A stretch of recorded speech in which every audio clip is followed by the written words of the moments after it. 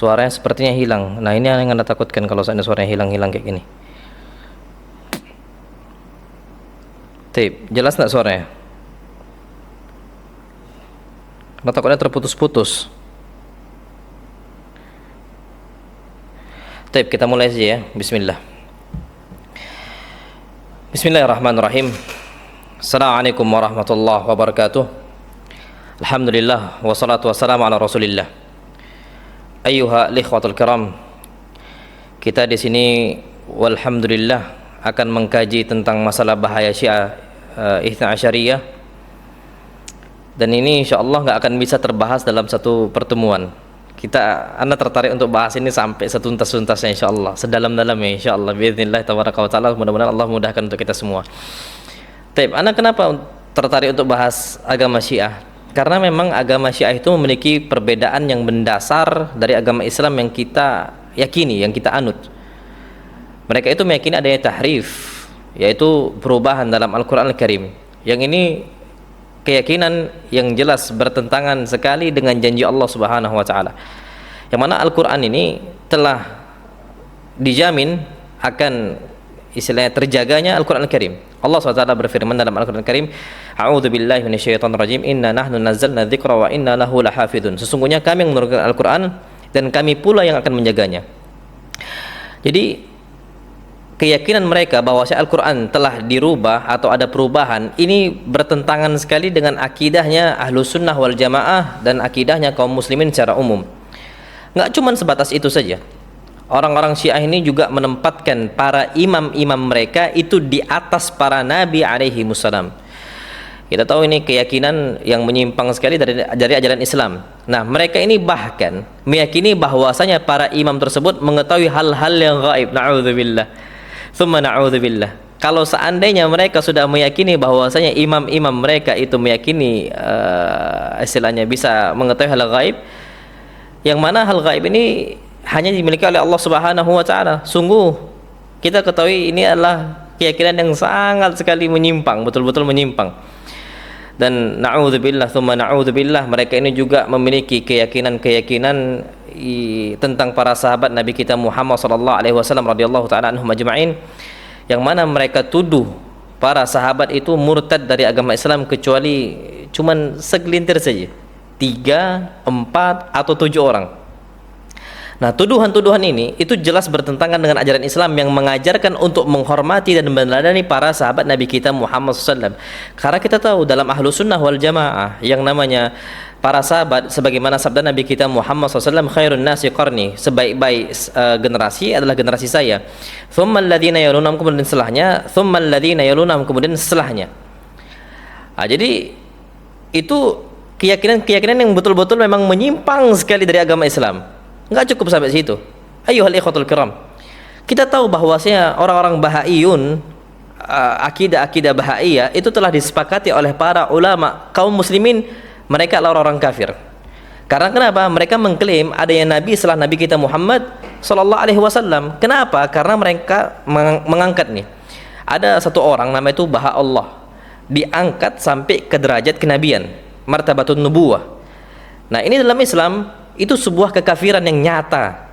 Makanya para ulama kaum muslimin itu mengangkat mereka atau menganggap mereka adalah orang-orang kafir, sudah kufar seperti itu. Nah, kalau kita perhatikan lebih lanjut ayyuhal ikhwatul kiram, ini orang Syiah itu selangkah lebih maju, atau mungkin 2 langkah lebih maju, atau bahkan 3 langkah lebih maju. Masya Allah. Kenapa? Kalau orang Bahaiyun mengangkat Baha'ullah itu ke derajat Nabi dan itu dihukumi oleh para ulama sebagai orang kafir, ini orang-orang Syiah ngangkat imam mereka ke derajat apa? Ilahiyah, martabat ilahiyah, ke derajat ketuhanan. Masya Allah, yang bisa menguasai langit dan bumi. Bahkan orang-orang Syiah ini berdoa meminta kepada para imam-imam tadi. Na'udzubillah tsumma na'udzubillah. Dengan landasan mereka itu meyakini bahwasanya para imam itu memiliki manfaat dan juga madarat yang bisa diberikan kepada orang yang berdoa kepada mereka. Na'udzubillah. Kalau seandainya orang Bahaiyun dianggap kafir gara-gara mengangkat Baha'ullah ke derajat kenabian, harusnya harusnya orang-orang Syiah itu lebih layak untuk dianggap kafir dibandingkan apa? Kaum Bahai. Masya Allah. Ya, kita tahu Masya Allah, kenapa orang-orang Syiah nggak dikafirkan gitu? Kenapa? Kenapa kita takut? Kenapa? Sedangkan bahaiyun dihukumi dengan ittifaq, dengan kesepakatan para ulama bahwasanya mereka adalah kufar, mereka adalah kafir. Nah, pertanyaan ini penting sekali untuk kita renungkan. Berarti menunjukkan bahwasanya mereka ini jauh sekali dari agama Islam, jauh dari petunjuk Allah Subhanahu wa taala dan juga hadis-hadis Nabi kita Muhammad sallallahu alaihi wasallam. Kemudian orang-orang Syiah ini juga berkeyakinan bahwasanya Al-Qur'an yang sebagaimana kita sudah sebutkan mengalami tahrif atau perubahan, atau ada yang dihapus dan sebagainya. Padahal kita perlu tahu tidak ada perselisihan di antara kaum muslimin bahwasanya barang siapa yang mengingkari satu huruf, satu ayat, atau satu kata, atau satu surat yang telah disepakati dalam Al-Quran Al-Karim, maka dia adalah orang kafir, murtad anil Islam, dia keluar dari agama Islam. Nah, keyakinan ini itu jelas membawa mereka semua keluar dari keimanan kita kepada kitab suci kita, Al-Quran Al-Karim. Kita tahu yang namanya rukun iman kita diantaranya adalah al-imanu bikutub, iman dengan kitab-kitab Allah Subhanahu wa taala yang al-munazzalah, yang diturunkan untuk nabi-nabinya. Masya Allah. Jadi dengan itu kita tahu keyakinan besar mereka ini ya sudah memiliki keyakinan apa? Kekufuran. Enggak cukup sampai situ. Orang-orang Syiah ini juga menuduh mayoritas para sahabat Nabi kita Muhammad sallallahu alaihi wasallam sebagai murtadun, kafir, dan keluar dari agama Islam. Padahal para sahabatlah yang menyampaikan agama Islam kepada kita semua. Kita tahu menyerang para sahabat itu sama artinya dengan menyerang ajaran yang mereka bawa. Ini apa? Agama Islam. Kalau seandainya kita meragukan kethikohan mereka, kejujuran mereka, para sahabat Nabi kita Muhammad SAW yang menyampaikan risalah Islam, ya hakikatnya kita meragukan juga kebenaran agama Islam itu sendiri. Kita tahu betul-betul, Masya Allah, karena yang namanya Islam itu dibawa oleh Nabi kita Muhammad SAW, disampaikan kepada para sahabat. Kalau dikafirkan, ya kita berarti apa? Oh, ini kredibilitas para sahabat dijatuhkan, ya kita akan ragu kepada ajaran itu sendiri. Itu kita perlu tahu. Nggak cukup sampai situ. Kita perlu tahu bahwasanya orang yang menyatakan bahwasanya Abu Bakar radhiyallahu taala bukan sahabat Nabi kita Muhammad sallallahu alaihi wasallam adalah sebuah kekufuran. Kenapa? Karena di dalam Al-Quran Al-Karim itu disebutkan bahwasanya yang namanya Abu Bakar adalah sahabat Nabi kita Muhammad sallallahu alaihi wasallam. Nah, ini akidah Syiah itu mengingkari sohbahnya Abu Bakar atau sahabatnya Abu Bakar terhadap Nabi kita Muhammad sallallahu alaihi wasallam, persahabatannya Abu Bakar terhadap Nabi kita Muhammad sallallahu alaihi wasallam itu diingkari. Padahal Al-Quran Al-Karim menetapkan sohbahnya Abu Bakar, persahabatannya Abu Bakar dengan Nabi kita sallallahu alaihi wasallam. Ketika itu Allah berfirman, "Idz yaqulu li sahibihi la tahzan innallaha ma'ana." Ketika Nabi sallallahu alaihi wasallam mengatakan li sahibihi, untuk sahibnya, untuk sahabatnya, siapa? Abu Bakar. Idhuma fil ghar, ketika keduanya dalam sebuah gua. La tahzan, jangan kalian bersedih. Innallaha ma'ana, sungguhnya Allah bersama kami. Ayat ini, Masya Allah, dengan jelas sekali menyebutkan sohbahnya Abu Bakar dengan Rasulullah sallallahu alaihi wasallam, yang mana ini menjadi keutamaan dan juga kedudukan yang mulia yang dimiliki oleh Abu Bakar di sisi Allah Subhanahu wa taala. Nah, mengingkari sohbahnya Abu Bakar ini sama saja dengan mengingkari kebenarannya Al-Quran Al-Karim, karena Al-Quran yang ngomong, gitu loh. Tiba-tiba kita ingkari. Nah, umat Islam itu telah sepakat akan hal itu, bahwa saya mengingkarinya adalah kafir. Itu garis besar tentang akidah Syiah. Nggak cukup sampai situ, Masya Allah. Ternyata orang-orang Syiah juga mengingkari kesucian ibunda kita Aisyah radhiyallahu taala anha. Orang yang mengingkari kesucian Aisyah radhiyallahu anha adalah sebuah kekufuran. Nah, orang yang menyatakan Aisyah ini berzina adalah orang yang kafir, karena ternyata kesuciannya Aisyah radhiyallahu taala anha itu telah dinyatakan langsung oleh Allah Subhanahu wa taala, sebagaimana 10 ayat dalam surat An-Nur yang membebaskan Aisyah dari tuduhan yang keji sekali. Na'udzubillah tsumma na'udzubillah. Nah, barang siapa yang mengingkari pembebasan dari Allah Subhanahu wa taala untuk Aisyah radhiyallahu taala anha, maka dia telah dianggap kafir, murtad anil Islam, keluar dari agama Islam. Karena kenapa? Dia mendustakan apa saja yang Allah Subhanahu wa taala kabarkan dalam Al-Qur'an Al-Karim. Itu yang perlu kita ketahui. Jadi kesuciannya Aisyah bintu Abi Bakar itu adalah bagian dari akidah Ahlussunnah, akidah Islam yang enggak bisa ditolak, yang enggak bisa disangkal lagi. Jadi Masya Allah Tabarakallah Rahman, keyakinan-keyakinan Syiah secara garis besar nanti insyaallah subhanahu wa ta'ala akan bahas secara khusus, secara mendetail, secara lengkap insyaallah subhanahu wa ta'ala.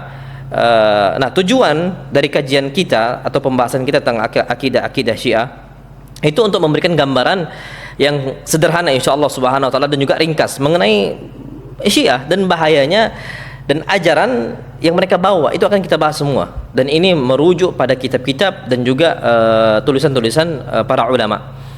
Dan bahkan Masya Allah Rahman, kajian-kajian kita juga akan kita kutip dari para ulama Syiah itu sendiri, langsung min kutubihim, ada nukil langsung dari kitab-kitab mereka sendiri, yang mana Masya Allah terkadang para ulama kaum muslimin itu menggunakan aqwaluhum, ucapan-ucapan mereka, dan juga kutubuhum, kitab-kitab mereka, itu tujuannya untuk menegakkan hujjah atas mereka.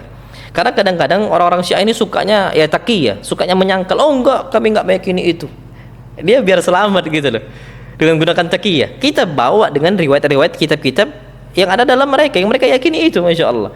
Jadi kita ngambil langsung dari kitab-kitab itu, tujuannya sebagai bukti untuk menegakkan hujjah dalam perdebatan kita bersama mereka insyaallah subhanahu wa ta'ala. Taib, Masya Allah. Ayyuha al-ikhwatul kiram, di muqaddimah kali ini dalam mengenal bahaya ajaran-ajaran Syiah, ana akan memulai dari firaqus Syiah, kelompok-kelompok Syiah atau golongan-golongan Syiah. Taib, dalam konteks Syiah kontemporer di zaman kita saat ini itu ada banyak golongan yang berbeda-beda dari kalangan Syiah itu sendiri. Tapi ayyuhal ikhwatul kiram, kelompok yang paling terbesar dan yang paling menonjol itu ada 3 di atas muka bumi ini. Wa illa Syiah itu ada banyak kelompoknya, tapi yang paling menonjol itu ada 3. Yang pertama itu golongan Ismailiyah. Di antara golongan Ismailiyah ini itu masuk di antara Nusairiyah, yang kita kenal dengan Nusairi, yang saat ini ada di Suriah, Bashar Assad, Nusairiyah. Ini juga dikenal dengan orang-orang Alawiyin yang ada di Suriah. Akidah mereka, orang-orang Ismailiyah ini, atau secara khusus Al-Nusairiyah, mereka ini memiliki keyakinan yang sangat-sangat menyimpang dari agama Islam. Ambil contoh yang pertama, mereka mentuhankan siapa? Ali ibn Abi Thalib. Dan mereka mengatakan inna aliyan khalaqa Muhammadan, bahwasanya Ali ini menciptakan siapa? Muhammad. Dan Muhammad menciptakan siapa? Salman Al-Farisi. Ini akidah mereka. Dan Salman menciptakan 5 orang yang menguasai kunci-kunci langit dan bumi. Na'udzubillah. Ini Nusairiyah ini, itu keyakinannya. Makanya enggak asing ketika para ulama mengkafirkan Syiah Nusairiyah. Dan saat ini tokoh mereka yang masuk dalam politik adalah Bashar Assad. Nah, tapi selain Nusairiyah, golongan Ismailiyah yang terkenal lah, Masya Allah, itu di antara Duruz, juga Bahrah, kemudian Bahaiyah, terus Babiyah, dan juga ada namanya Agha Khaniyah, dan yang lain-lain. Ini ayyuhal ikhwatul kiram, semua golongan ini itu dianggap golongan yang kafir, keluar mereka dari agama Islam, Ismailiyah, karena akidah mereka itu berbeda sekali dengan prinsip akidah Ahlus Sunnah wal Jamaah. Jadi yang pertama adalah golongan Ismailiyah, di antaranya apa tadi? Nusairiyah, kemudian ada juga Durus, kemudian ada juga Bahrah, kemudian juga ada Bahaiyah, dan juga Babiyah, dan sebagainya. Taib, golongan besar yang kedua dari Syiah adalah Zaidiyah. Nah, golongan Zaidiyah ini itu pengikutnya Zaid ibn Ali ibn Husain radhiyallahu ta'ala anhu, yang mana banyak pengikutnya itu dari kalangan Yaman. Jadi wilayah orang-orang Zaidiyah saat ini itu banyak itu di Yaman. Nah, Zaidiyah ini itu memiliki beberapa perbedaan dengan Syiah Itsna Asyariyah. Ana ambil contoh, perbedaannya dengan Syiah Rafidhah itu adalah penolakan mereka terhadap nikah mut'ah. Jadi mereka nggak membolehkan nikah mut'ah, dibandingkan Rafidhah yang meyakini itu, Masya Allah. Dan orang-orang Syiah Zaidiyah ini juga nggak percaya dengan istilahnya kemaksuman para imam yang mereka hormati. Mereka nggak maksum, kata orang-orang Zaidiyah. Dan bahkan Masya Allah, orang Syiah Zaidiyah sendiri itu nggak berlebihan dalam mengangkat para imam mereka, menghormati imam mereka. Yang mana kita tahu orang-orang secara mayoritas golongan Syiah itu mengangkat imam-imam mereka ataupun istilahnya pemimpin-pemimpin mereka dengan ghulu sekali. Sedangkan Nabi kita SAW mengatakan iyyakum wal ghulu, hati-hati kalian dari sikap ghulu. Fa inna ma ahlaka man kana qablakum al ghulu wa fid din. Sesungguhnya yang membuat kalian binasa adalah berlebihan dalam apa? Beragama. Nah, Tapi Masya Allah, pengikut Zaidiyah itu percaya kemaksuman itu dimiliki oleh 4 orang dari Ahlul Bait. Siapa? Ali, Fatimah istrinya, kemudian apa? Hasan, kemudian apa? Husain radhiyallahu taala anhum ajma'in. Taib, Masya Allah. Kita tadi sebutkan bahwasanya Zaidiyah ini memiliki perbedaan dengan Syiah Itsna Asyariyah. Tapi ada kesepakatan antara Syiah Zaidiyah dengan Syiah Itsna Asyariyah. Semisal apa? Zakat khumus 1/5. Dan juga jawazut taqiyah, bolehnya kita itu bertakiyah. Takiyah ini menyembunyikan yang zahir, menyembunyikan disembunyikan. Jadi yang batin itu tidak nampak aslinya. Kenapa? Jika diperlukan, kata mereka.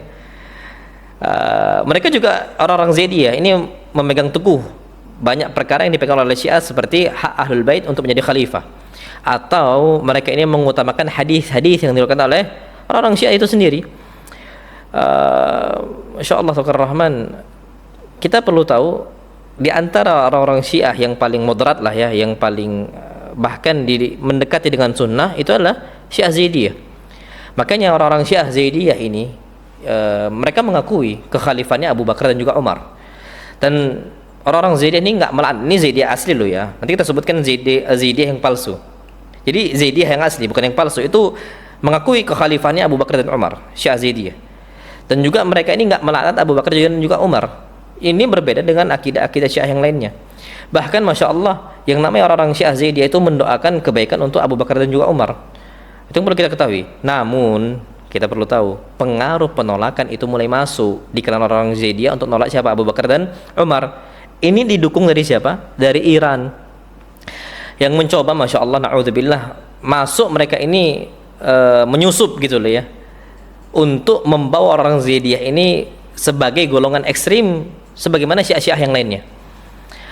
Tapi secara umum Zaidiyah ini memiliki istilahnya pendapat cenderung mengikuti pandangan atau pendapatnya Mu'tazilah dalam hal sifat-sifat Allah Subhanahu wa taala. Sifatillah itu mereka condong kepada Mu'tazilah. Jadi ketika seseorang itu berbuat dosa besar, maka mereka mengatakan fi manzilatin bainal manzilatain. Ini kita tahu akidah Mu'tazilah, bahwasanya orang-orang pelaku dosa besar itu di sebuah kedudukan di antara dua kedudukan, lal jannah wal nar, enggak di surga dan juga enggak di neraka. Ini sebagaimana pandangan Mu'tazilah. Bahkan pengaruh Mu'tazilah itu sangat kuat sekali terhadap akal mereka, dan bagaimana mereka itu beristidlal itu hampir mirip dengan Mu'tazilah, orang-orang Zaidiyah ini. Nah, tapi Masya Allah Rahman, orang-orang Zaidiyah ini yang awalnya enggak pernah mencela Abu Bakar, nggak pernah mencela Umar, bahkan meyakini bahwasanya mereka berdua ini adalah khalifah yang pertama Abu Bakar dan juga kedua Umar, dan juga mendoakan kebaikan untuk Abu Bakar dan juga Umar, dan bahkan nggak pernah melaknat sama sekali. Muncullah satu kelompok yang disebut dengan Jarudiyah. Nah, Jarudiyah ini itu mereka ini mereka mengklaim diri mereka bagian dari Zaidiyah, padahal aslinya mereka ini dari Rafidhah ataupun Syiah Itsna Asyariyah. Nah, ini golongan Jarudiyah ini muncul dari siapa? Antum tahu, Masya Allah, muncul Houthiyah yang terkenal, Badruddin Al-Houthi, dan putranya Husain Badruddin Al-Houthi. Ini Masya Allah, Houthiyun yang saat ini itu ada, itu bukan dari kalangan apa? Zaidiyah. Justru mereka ini Badruddin Al-Houthi dan juga Husain Al-Houthi dan pengikutnya mereka namakan dengan Houthiyah, ini adalah pengikutnya Jarudiyah. Dan Jarudiyah ini itu bukan bagian dari Zaidiyah, tapi bagian dari Rafidhah. Itu perlu kita ketahui. Nah, pemikiran dari gagasan Houthi ini itu berpusat, antum lihat nih, pertama kepada imamah. Imamah ini persis sebagaimana Itsna Asyariyah, Rafidhah. Yang kedua, tarwij li fikratil wasiyah, promosi ide wasiat kepemimpinan yang bisa diwariskan. Yang ketiga, al-khuruj 'alal hukam, pemberontakan terhadap apa? Penguasa. Yang keempat, al-bara'atu minas sahabati umuman. Ini Houthi, penolakan mereka terhadap para sahabat dan berlepas diri mereka terhadap apa? Para sahabat secara umum. Ini nggak diyakini oleh Zaidiyah. Ini diyakini oleh Rafidhah. Makanya nggak ada bedanya antara mereka ini dengan siapa? Dengan Rafidhah, bukan dengan Houthi. Bahkan apa? Wa minal khulafa'ir rasyidin khususah. Bahkan orang-orang Houthi ini berlepas diri terhadap khulafa'ir rasyidin yang tiga secara khusus. Masya Allah. Nah, makanya gerakan Houthi ini pun akhirnya mendapat dukungan dari Iran dalam bentuk apa? Finansial yang pertama, ideologis yang kedua, bahkan militer yang ketiga. Kenapa? Upaya mereka untuk mengekspor revolusi Khomeini ke Yaman. Ini mereka lakukan. Makanya inilah yang diperangi oleh Saudi saat ini karena sangat membahayakan umat Islam. Hakikatnya Houthi ini bukan Zaidiyah yang masuk di bagian dalam lingkup Islam, bukan. Namun mereka adalah Rafidhah murtaddun al-Islam, yang mereka ini keluar dari agama Islam. Itu golongan yang kedua. Taib, golongan yang ketiga yang terbesar dari golongan Syiah adalah Itsna Asyariyah Rafidhah. Nah, golongan Itsna Asyariyah atau Rafidhah ini itu merupakan golongan Syiah yang paling besar saat ini di atas muka bumi. Ada di Iran, itu mayoritas mereka. Irak juga sama, Lebanon juga sama, bahkan di beberapa negara Khalij, Teluk. Nah, golongan inilah yang menjadi fokus titik fokus utama kita, fokus inti kita dalam kajian kita ke saat ini. Nah, golongan Itsna Asyariyah ini itu dikenal dengan Syiah Rafidhah atau Imamiyah atau Ja'fariyah yang dinisbatkan kepada Ja'far As-Shadiq, yang aslinya Ja'far As-Shadiq itu berlepas diri dari mereka radhiyallahu taala anhu. Orang-orang Syiah disebutkan dengan Itsna Asyariyah karena keyakinan mereka terhadap 12 imam yang menurut mereka ini imam yang terakhir itu masuk ke dalam gua apa di Samarra. Mereka yakini, mereka klaim masih hidup sampai saat ini. Itu cuman klaim belaka saja, masyaallah. Wallahi, agama Syiah ini adalah agama yang di luar logika sehat. Na'udzubillah. Makanya orang ikuti agama Syiah itu ya orang-orang yang akalnya itu sumbu pendek. Na'udzubillah tsumma na'udzubillah. Jadi mereka meyakini imam yang 12 itu masih hidup sampai saat ini, insyaallah. Nanti kita sebutkan siapa imam 12. Taib, Syiah Itsna Asyariyah itu mereka meyakini ada 12 imam yang dianggap maksum, yang mana 12 imam ini memiliki keistimewaan dalam ajarannya apa? Syiah Itsna Asyariyah. Taib, yang pertama siapa? Ali ibn Abi Thalib radhiyallahu taala anhu. Ali yang pertama. Kemudian yang kedua siapa? Anaknya Hasan bin Ali radhiyallahu taala anhu. Yang ketiga siapa? Adiknya Hasan, Husain bin Ali radhiyallahu taala anhu. Yang keempat Ali Zainal Abidin bin Husain. Kemudian yang kelima siapa? Muhammad Al-Bakir bin Ali Zainal Abidin. Kemudian yang keenam siapa? Ja'far As-Shadiq bin Muhammad Al-Bakir. Kemudian yang ketujuh bawahnya siapa? Musa Al-Kadhim bin Ja'far As-Shadiq. Kemudian anaknya yang ke-8 Ali Ar-Ridha bin Musa Al-Kadhim. Kemudian yang ke-9 Muhammad Al-Jawad ibn Ali Ar-Ridha. Kemudian yang ke-10 anaknya Ali Al-Hadi ibn Muhammad Al-Jawad. Kemudian yang ke-11 Hasan Al-Askari bin Ali Al-Hadi. Yang ke-12 inilah dia, Muhammad Al-Mahdi ibn Hasan Al-Askari, yang menurut keyakinan mereka ini Muhammad Al-Mahdi itu masih hidup dan bersembunyi di gua sampai saat ini, yang mereka namakan dengan apa? Al-Mahdi Al-Muntadhar, imam yang ditunggu-tunggu. Na'udzubillah tsumma na'udzubillah, yang kata mereka itu masih hidup, masyaallah. Wallah, ini di luar akal sehat. Nah, tadi yang sudah Anda sebutkan, itulah 12 imam yang mereka yakini memiliki kemaksuman dan kedudukan yang istimewa sekali dalam ajaran apa? Syiah Itsna Asyariyah. Nah, kepercayaan ini menjadi dasar yang penting sekali dalam berbagai ajaran dan praktek keagamaan yang dibawa dan diusung oleh Syiah sendiri. Yang mana ini menjadi pembeda antara orang-orang Syiah dengan mayoritas kaum muslimin, insyaallah. Nah, itu kenapa mereka dinamakan dengan Itsna Asyariyah. Taib, mereka juga dinamakan dengan Syiah Rafidhah. Rafidhah itu artinya yang menolak. Rafid, menolak. Kenapa? Karena mereka menolak khilafah siapa? Abi Bakar dan juga Umar radhiyallahu ta'ala anhuma. Atau karena mereka menolak apa? Zaid ibn Ali radhiyallahu ta'ala anhu, ketika Zaid ibn Ali mendoakan rahmat bagi Abu Bakar dan juga Umar radhiyallahu ta'ala anhuma, insyaallah. Jadi Rafidhah itu mencerminkan tentang mereka bahwasanya mereka menolak terhadap para sahabat Nabi kita Muhammad sallallahu alaihi wasallam, atau mereka ini menolak Zaid ibn Ali radhiyallahu ta'ala anhu yang mendoakan siapa? Abu Bakar dan juga Umar radhiyallahu ta'ala anhuma. Nah, jadi kalau para ulama menyebutkan Syiah, maka yang dimaksudkan Syiah saat ini yaitu adalah Syiah Itsna Asyariyah atau Rafidhah atau Ja'fariyah, atau yang Ja'fariyah yang dinisbatkan kepada Ja'far As-Shadiq, padahal Ja'far As-Shadiq itu sudah berlepas diri dari mereka. Karena kenapa? Itulah golongan kelompok Syiah yang paling besar dan paling terkenal di antara golongan-golongan Syiah yang lain. Dan inilah yang menjadi pembahasan inti kita tentang masalah Syiah Itsna Asyariyah. Taib, itu golongan tentang masalah Syiah. Jadi golongan-golongannya sudah Anda sebut. Jadi yang termasuk paling besar adalah Syiah Rafidhah, kemudian yang kedua ada Zaidiyah, kemudian yang ketiga Ismailiyah. Taib, ayuhal ikhwatul kiram. sejarah Syiah Itsna Asyariyah. Sejarah Syiah Asyariyah, golongan Syiah Ja'fariyah atau Itsna Asyariyah atau Rafidhah itu muncul ketika seorang Yahudi yang bernama Abdullah bin Saba al-Yahudi, Masya Allah, ngakunya masuk Islam. Dia ini mengklaim diri dia jatuh cinta kepada Ahlul Bait, tapi kita tahu kecintaan ini diiringi dengan sikap ghulu dalam ta'zim kepada Ali bin Abi Thalib radhiyallahu ta'ala anhu. Nah, Abdullah bin Saba ini itu mengklaim bahwasanya Ali itu memiliki wasiat untuk menjadi khalifah, insyaallah. Dan bahkan pada puncaknya Abdullah bin Saba ini itu mengangkat derajatnya Ali bin Abi Thalib itu ke derajat sebagai Tuhan. Klaim ini itu diakui sendiri oleh kitab-kitab Syiah, yang mana akidah ini itu adalah asal mula dari ajaran Syiah Itsna Asyariyah. Nah, jadi Abdullah bin Saba ini juga membawa pemikiran Yahudi ke dalam ajaran Syiah.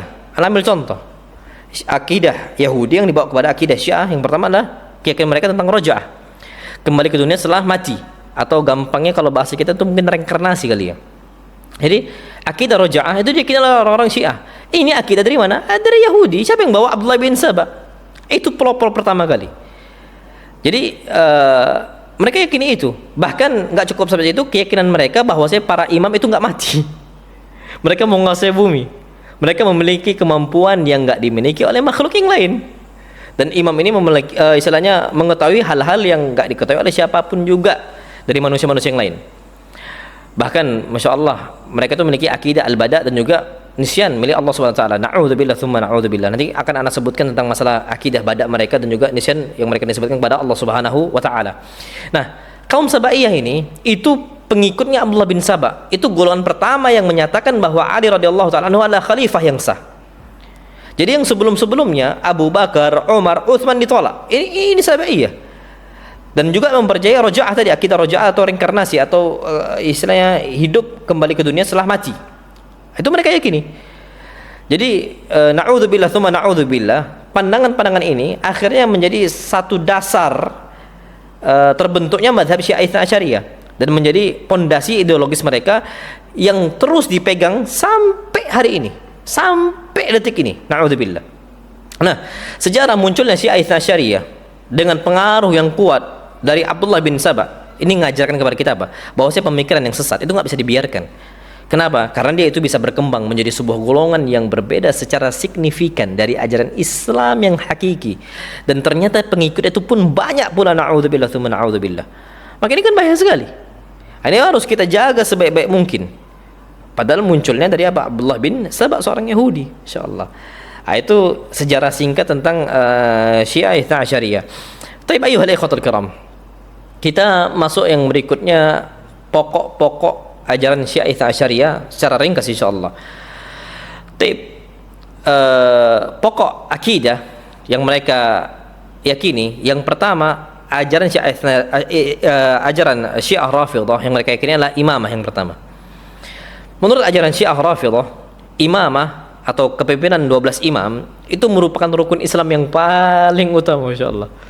Bahkan lebih utama daripada rukun-rukun Islam yang lainnya. Mereka meyakini bahwasanya imamah adalah kedudukan ilahi persis seperti kenabian, yang mana para imam mendapatkan wahyu dari siapa? Allah Subhanahu wa taala. Yang mana para imam didukung dengan mukjizat, yang mana para imam ini adalah orang-orang maksum, yang mereka ini enggak ada kesalahan. Itu mereka yakini kemaksuman itu secara mutlak. Yang kita tahu imaman ini pun akhirnya menjadi pondasi utama dalam ajaran orang-orang Syiah, Masya Allah. Dan juga orang-orang Syiah ini cenderung membatasi Ahlul Bait itu hanya pada putri bungsu Nabi kita Muhammad SAW, yakni Fatimah radhiyallahu ta'ala anha, dan juga suaminya Ali bin Abi Thalib, dan juga kedua putranya Hasan dan Husain radhiyallahu ta'ala anhum, serta 9 keturunan dari Husain. Mereka mengabaikan para khalifah-khalifah muslim yang lain sepanjang sejarah yang udah memberikan jasa yang besar untuk umat Islam dan juga untuk agama Islam. Mereka remehkan itu khalifah-khalifah yang lain seperti Abu Bakar, Umar, Utsman dan sebagainya, yang juga ada di khilafah Abbasiyah ataupun Umayyah. Itu mereka tolak itu. Yang mereka ambil hanyalah istilahnya 12 imam yang mereka pegang. Taib. Tapi kita punya pertanyaan ini untuk orang-orang Syiah, insyaallah. Ini pertanyaan untuk orang-orang apa? Syiah.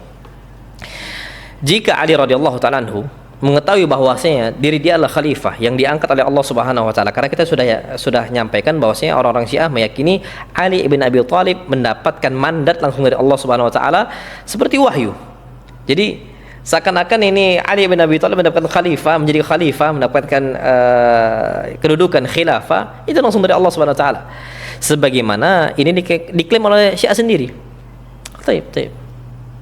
Kalau Ali radhiyallahu taala anhu mendapatkan mandat langsung dari Allah untuk menjadi khalifah, pertanyaannya, kenapa Ali bin Abi Thalib itu berbaiat kepada Abu Bakar, Umar dan Utsman radhiyallahu taala anhum yang sudah dikafir oleh orang-orang Syiah? Ini pertanyaan yang penting bagi kita semua. Kenapa Ali justru berbaiat kepada Abu Bakar, Umar dan juga siapa? Utsman. Berarti ini tanda bahwa si Ali bin Abi Thalib menerima Abu Bakar, menerima Umar, menerima Utsman dan bahkan menghormati ketiganya. Nah, kalau seandainya orang-orang Syiah ini menjawab, oh enggak, Ali bin Abi Thalib tidak mau menjadi khalifah dapat mandat dari Allah karena beliau belum mampu, innahu kana ajiza. Ini ucapan mereka, karena Ali masih lemah, masih enggak mampu. Taib. Kalau seandainya orang nggak mampu, orang lemah, harusnya nggak layak jadi imam, nggak boleh jadi pemimpin, nggak boleh jadi khalifah. Bagaimana mungkin Allah Subhanahu wa taala meletakkan istilahnya memberikan mandat untuk jadi khalifah kepada orang yang lemah kalau mereka menganggap itu nggak mampu? Kenapa? Karena imamah atau kepemimpinan atau khilafah itu hanya diberikan kepada orang-orang yang bisa menanggung beban tanggung jawab yang besar sekali, Masya Allah. Makanya disebutkan oleh Allah dalam Al-Quran Al-Karim, inna khaira man ista'jartal qawiyul amin. Sesungguhnya orang yang paling terbaik untuk kita jadikan sebagai petugas kita itu siapa? Al-qawiyul amin, adalah orang yang kuat dan juga orang yang amanah. Nah, kalau dia lemah, dia nggak bisa atau nggak layak untuk menjadi pemimpin atau khalifah ataupun seorang imam. Itu perlu kita ketahui. Taib. Mereka berkilah lagi nih, Masya Allah. Apa kata mereka? Oh, enggak, Ali itu mampu, tapi enggak istilahnya belum melakukannya. Memang udahlah nanti aja. Taib. Kalau memang dapat mandat dari Allah Subhanahu wa taala, ternyata yang lebih dahulu jadi khalifah adalah Abu Bakar, Umar dan juga Utsman, kalau dapat mandat langsung dari Allah Subhanahu wa taala, berarti beliau mampu namun enggak melakukannya. Ini adalah bentuk khianat. Dan seorang pengkhianat itu enggak layak jadi imam. Kenapa? Kita sudah sampaikan, orang yang terbaik untuk menjadi pemimpin kita adalah al-qawiyul amin, orang yang kuat bukan lemah, al-amin yang amanat bukan khianat. Kalau seandainya dia enggak mau untuk menerima mandat dari Allah Subhanahu wa taala, berarti dia khianat terhadap apa? Perintah Allah Subhanahu wa taala. Ta'ala Allahu amma yaqulun. Maha suci Allah Subhanahu wa taala atas apa yang mereka ucapkan. Dan juga Ali bin Abi Thalib tidak seperti yang mereka sampaikan kepada kita semua. Makanya mereka akan kebingungan untuk menjawab pertanyaan kita seperti itu. Taib. Pertanyaan yang lain yang enggak bisa dijawab oleh orang Syiah. Kita tahu bahwasanya Hasan itu adalah putranya Ali radhiyallahu taala anhu. Dan ibunya Hasan itu adalah Fatimah radhiyallahu taala anha. Nih, menurut Syiah, Hasan ini termasuk di antara para imam yang maksum, sebagaimana saudaranya Husain radhiyallahu taala anhu. Tapi kenapa imamah ini terputus dari keturunannya Hasan dan berlanjut pada keturunannya Husain? Padahal keduanya ya ayahnya sama, ibunya sama, sama-sama Ali bin Abi Thalib, sama-sama Fatimah radhiyallahu taala anhuma. Dan ternyata Hasan sama Husain ini sama-sama pemimpin. Bahkan Hasan itu lebih tua daripada Husain. Hasan ini anak pertama, insyaallah. Nah, Syiah ini bisa nggak jawab pertanyaan ini dengan pertanyaan memuaskan? Nggak bisa, nggak akan bisa mereka. Kenapa cuman yang diteruskan bisa melanjutkan imamah ini adalah keturunannya Husain dan Hasan enggak? Padahal keduanya ini setara dalam kemuliaan dan juga keutamaan di dalam agama Islam. Nah, bisa nggak mereka jawab dengan konsisten pertanyaan tadi? Kenapa hanya Husain dan Hasan enggak? Itu mereka nggak akan bisa jawab. Jadi mereka ini adalah agama yang kontradiksi, banyak pertentangan antara ajaran mereka dengan ajaran yang lainnya. Itu perlu kita ketahui. Taib. Kemudian ayuhal ikhwatul kiram, berbicara tentang ahlul bait, masyaallah. Taib. Antara ahlul bait, antara orang-orang ahlus sunnah dengan orang-orang Syiah ini berbeda sekali. Menurut pandangan ahlus sunnah, ahlul bait itu mencakup semua kerabat Nabi kita Muhammad sallallahu alaihi wasallam yang diharamkan bagi mereka untuk menerima sedekah. Termasuk siapa? Ali dan keturunannya, Ja'far dan keturunannya, Aqil dan keturunannya, serta Abbas dan juga keturunannya radhiyallahu ta'ala anhum ajma'in. Nah, bahkan Ahlus Sunnah ini juga mengakui bahwa Ahlul Bait itu mencakup seluruh apa? Keluarga besar, masyaallah. Ana ambil contoh, istri-istri Nabi kita Muhammad sallallahu alaihi wasallam itu adalah Ahlul Bait. Allah Subhanahu wa taala sebutkan sendiri dalam Al-Qur'an Karim. Aisyah ini Ahlul Bait. Hafsah bintu Umar Ahlul Bait. Dari mana kita tahu? Dari firman Allah Subhanahu wa taala. Atau ambil contoh, ana ambil contoh. Allah berfirman terhadap istri-istri Nabi kita Muhammad SAW, waqarna fi buyutikunna, wahai istri-istri Nabi, tinggallah kalian di rumah-rumah kalian, wala tabarraj tabarrujal jahiliyatul ula, janganlah kalian wahai istri-istri Nabi bertabarruj sebagai tabarrujnya orang-orang jahiliyah yang pertama. Wa aqimnas shalah, tegakkanlah salat, wa atina zakat, dan bayarlah zakat, wa atina Allah wa rasulah, dan taatilah Allah dan Rasulnya. Innama yuridullah liyudhiba ankum rijsa ahlil bait, sesungguhnya yang Allah inginkan dari perintah itu, wahai istri-istri Nabi, untuk menghilangkan kekotoran dari kalian wahai Ahlul Bait. Syuf, Allah menyebutkan istri-istri Nabi dan Ahlul Bait, termasuk siapa? Aisyah bintu Abi Bakar dan juga Hafsah bintu Umar radhiyallahu taala anhum ajma'in. Masyaallah. Ya Ahlus Sunnah, orang-orang Syiah enggak bisa membantah ayat ini. Wallahi abadan, mereka enggak bisa membantah ayat ini. Itu keyakinan mereka yang rusak. Baik, ini adzan dulu, kita baca adzan.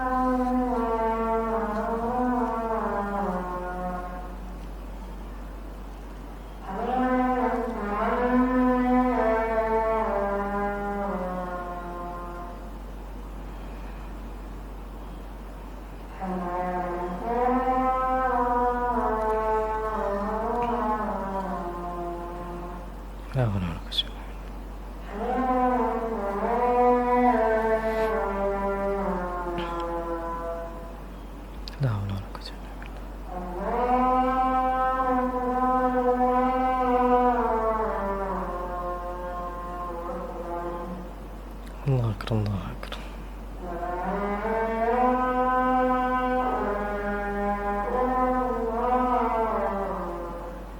La ilaha illallah rabbul alamin. Tapi suaranya jelas ya, mudah-mudahan jelas. Ana takutnya nggak jelas nih. Tapi kalau seandainya nggak jelas, kabarin insyaallah. Taib, kita lanjutkan. Jadi orang-orang Syiah dalam sejarah mereka itu membenarkan bahwasanya Aisyah bintu Abi Bakar radhiyallahu taala anhuma ini istri siapa? Istri Nabi kita Muhammad SAW. Mereka tak pungkiri itu. Hafsah juga sama. Mereka yakini bahwasanya Hafsah bintu Umar, sejarah semua mencatat itu bahwasanya Hafsah bintu Umar adalah istri Nabi kita Muhammad SAW, dan mereka enggak menyangkal itu. Taib, ternyata Masya Allah, Allah berfirman tentang istri-istri Nabi SAW. Allah perintahkan waqarna fi buyutikunna, wahai para istri-istri Nabi, tinggallah kalian di rumah-rumah kalian. Termasuk istri Nabi situ Hafsah, termasuk di situ Aisyah, termasuk di situ Khadijah, termasuk di situ Sauda, dan termasuk di situ Maimunah, dan seterusnya. Taib, tinggallah kalian di rumah-rumah kalian, wala tabarraj tabarrujal jahiliyatul ula, dan janganlah kalian ini bertabarruj sebagai tabarruj yang pertama. Wa aqimnas shalah, tegakkanlah salat, wa atina zakat, dan bayarlah zakat, wa atina Allah rasulah, dan taatilah Allah dan Rasulnya.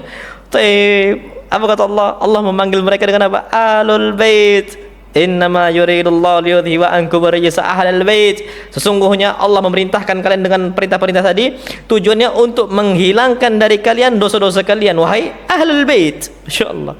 Wa yutahhirukum tathira, dan Allah ingin membersihkan kalian dengan sebersih-bersihnya. Masyaallah. Nah, ayat ini menunjukkan bahwasanya istri-istri Nabi kita SAW semuanya itu adalah ahlul bait, ahlul baitin Nabi sallallahu alaihi wasallam. Dan mereka nggak ingkari itu bahwasanya Aisyah istri Nabi, Hafsah istri Nabi. Langsung.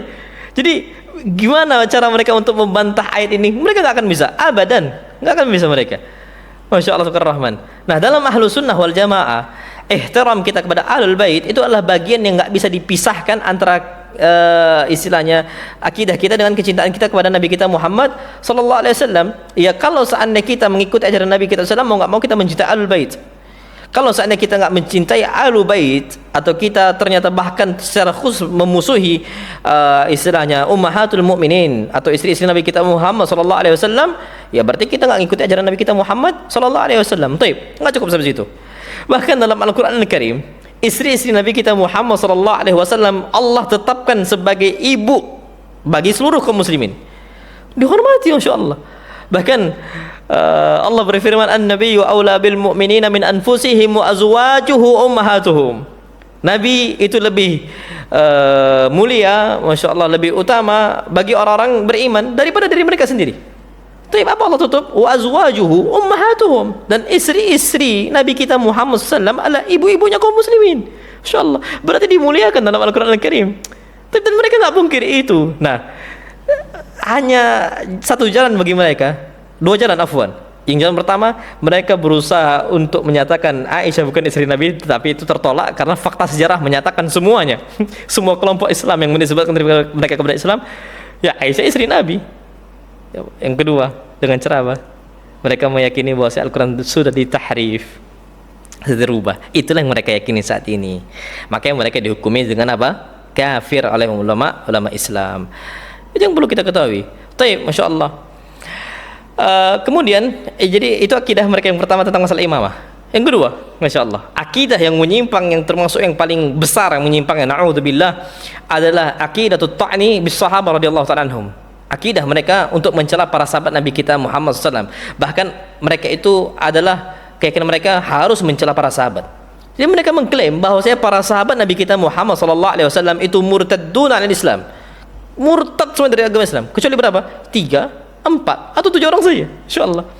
Tergantung pada variasi kisah-kisah yang mereka buat sendiri. Tapi Masya Allah, kalau seandainya para sahabat adalah generasi yang terbaik, sebagaimana sabda Nabi kita Muhammad SAW, khairun nasi qarni, sebaik-baik generasi adalah generasi saya, gimana mungkin, Masya Allah, ternyata mereka itu dikatakan buruk, dikatakan tidak ada akhlak, dikatakan kafir. Gimana salah-salahnya? Kan kayak gitu. Terus agama ini dibawakan sama mereka.